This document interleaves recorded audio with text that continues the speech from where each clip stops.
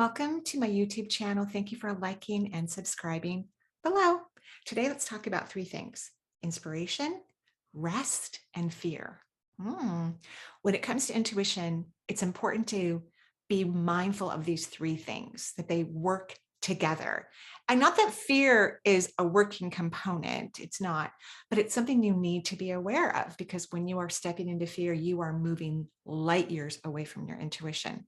Your higher self, which is a big part of whom you're communicating with when you're receiving insight, doesn't experience fear. Death, illness, poverty, war do not exist outside of time-space realities like Earth.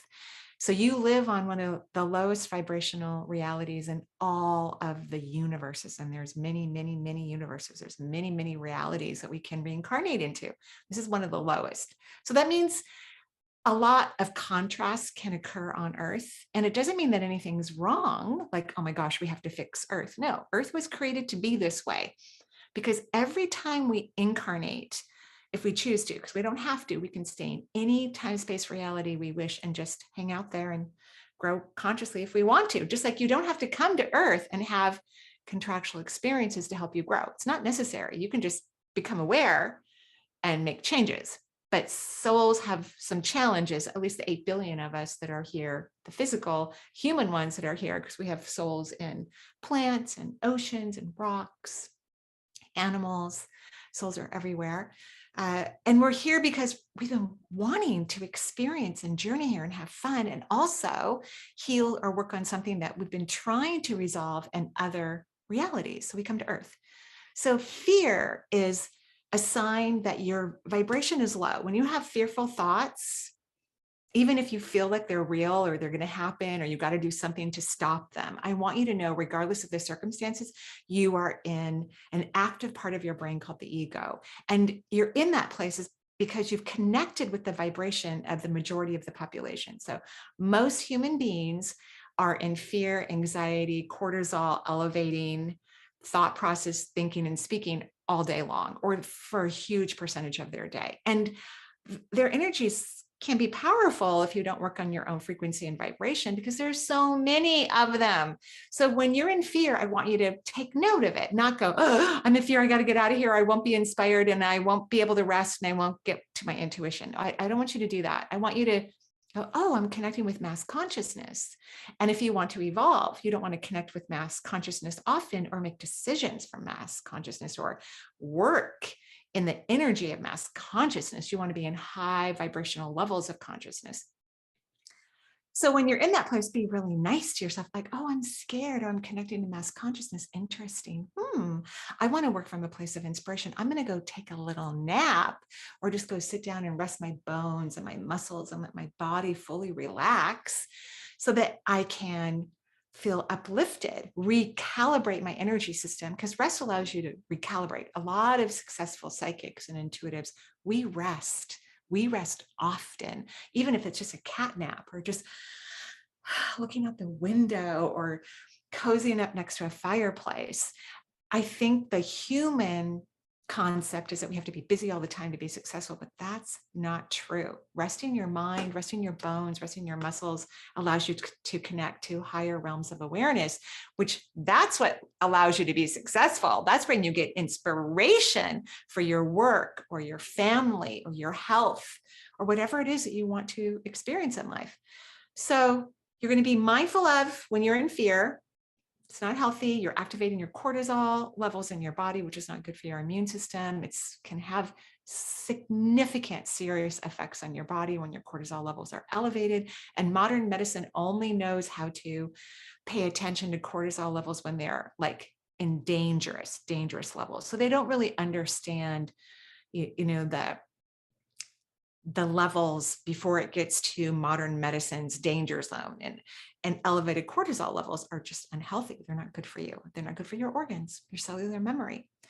So you're noticing when you're in fear, and maybe you'll go rest, grab a nice cup of tea, go sit by a fire. You can take 5 or 10 minutes and just rest your body, which will then rest your mind. You could go for a leisure walk if sitting still doesn't help you. But whatever you need to do, you need to rest, because once you do that, you're going to recalibrate your energy system. You're going to get out of the fear, fight, or flight, mind-made emotions that are not accurate, helpful in any way, shape, or form. And your crown chakra is going to go bing and just expand into the heavens. You're going to become receptive. When we receive, we are resting. To receive is a resting energy. When you're taking in energy, insight, consciousness, awareness, intuition, you're in receptive mode. When professional intuitives work, we don't think about our grocery list, our family, the oil that needs to be changed in the car. We just get in the zone. We line up. It's as if we zip up our energy and we just become present. And that allows us to receive information for that individual that we're reading for. So you've been nice to your brain, you've rested, and now you're connecting to your higher self or an archangel, creation, your spirit guides, which are really all the same. We are all one. They may have slightly different vibrations, but you can assume that energy outside the earth realm, especially when you've rested, is only good for you, powerful for you, amazing for you. That's when you're going to get inspired. That's when you're going to get inspired, which is really, really cool. When you get inspired and you've learned not to listen to the fear in your mind, then you will take inspired action. Here's an example. When I first started my business, which was, the whole thing has been incredibly fun for me and very rewarding and extremely fulfilling. It's a dream come true, a dream I didn't even know I had.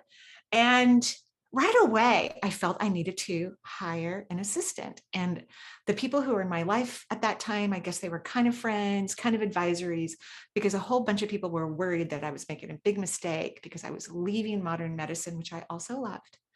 And I was newly divorced and I had a mortgage and I had full custody of my children.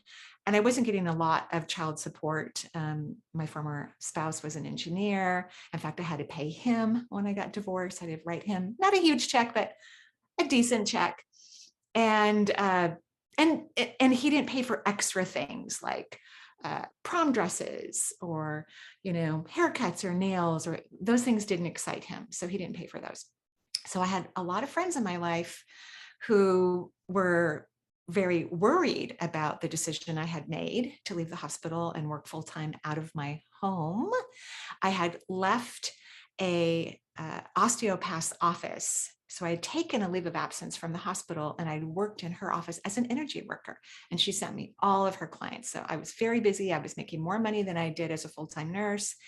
And then I wanted to leave. There were certain things that I didn't believe in the way she practiced. She's lovely, but I wanted something different. And when you want something different, that's inspiration. I wanted to have a different experience. I wanted it to look different. So I decided to leave her practice and return to the small business I had started before a judge told me I needed to go back to the hospital or find a way to make a full-time income. It's another long story. And so working for her was really a beautiful inspiration and a wonderful year of support and guaranteed wealth so that I could take care of the kids. So I've left the osteopath's office and come back to my house, but I had signed a non-compete clause. So I could not tell any of the patients that I was seeing in her place, even if some of my own clients had come to her facility, I couldn't tell them where I was going, but of course my own clients knew I was returning to my house. And all my friends were really freaked out, very freaked out. And I wanted to hire an assistant and they thought, oh my gosh, you're going to waste all this money. So I came back to home. I listened to them and I didn't hire an assistant right away. I did hire one within a year, and that still was too soon for them. My business grew beautifully. I had no major issues. Everything worked out great, but still that assistant, the idea that I would hire someone to work part-time or full-time for me was out of line for them. But yet that was an inspiration for me. I was inspired by that. And I really needed an assistant. There are certain things when you own your own business that you have to do that I don't really like, that lower my vibration. I've had an assistance now for at least 20 years, probably 25 years. And it is an integral part of my business. I have to have them. In fact, I have several contractors who work for me now too, doing many other things for me. So when you have that inspiration, pay attention to what's happening.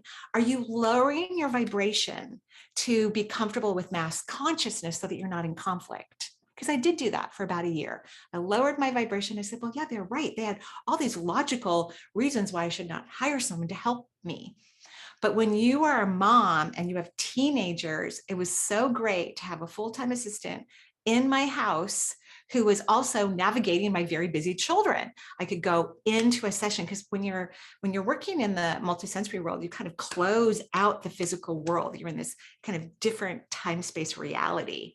And the assistants were amazing, helpful, positive energy, the majority of them, and allowed me to build my business because I didn't have to think about other things. I didn't have to lower my vibration when I was annoyed about finding an important tax document or communicating with the accountant or all kinds of other things, like communicating with a lot of my clients who are writing in worried or concerned or whatnot. I don't have to lower my vibration to handle that in an email. My assistants can take care of that. They can ask me necessary information and then report it back to me.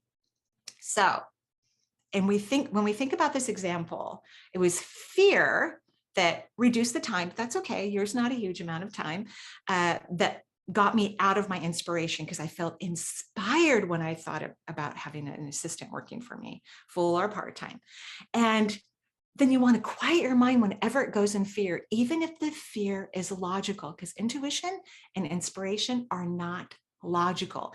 And then you're going to go into this receptive place, because when you're not listening to mind-made emotions and the large percentage of human beings that are in fight or flight conditioning all the time, this is the human condition. This is what we're all working to not be a part of.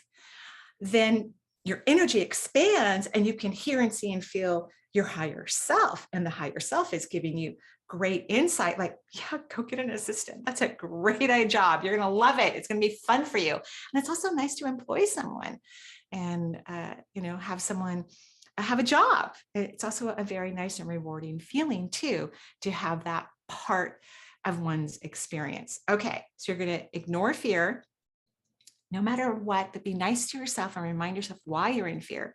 You're going to rest, go take a nap, sit by a fire, drink some warm tea, or go for a leisure walk. But the whole idea about resting is not thinking. It's just about being present. And then your energy is going to expand. You're going to have your inspiration. Take inspired action. Take inspired action, because inspiration is your intuition leading you onto your path so that you can have your dream job, your dream lover, your dream wealth, your dream health, or whatever else that you desire, because you deserve it. Have a great day. Bye-bye.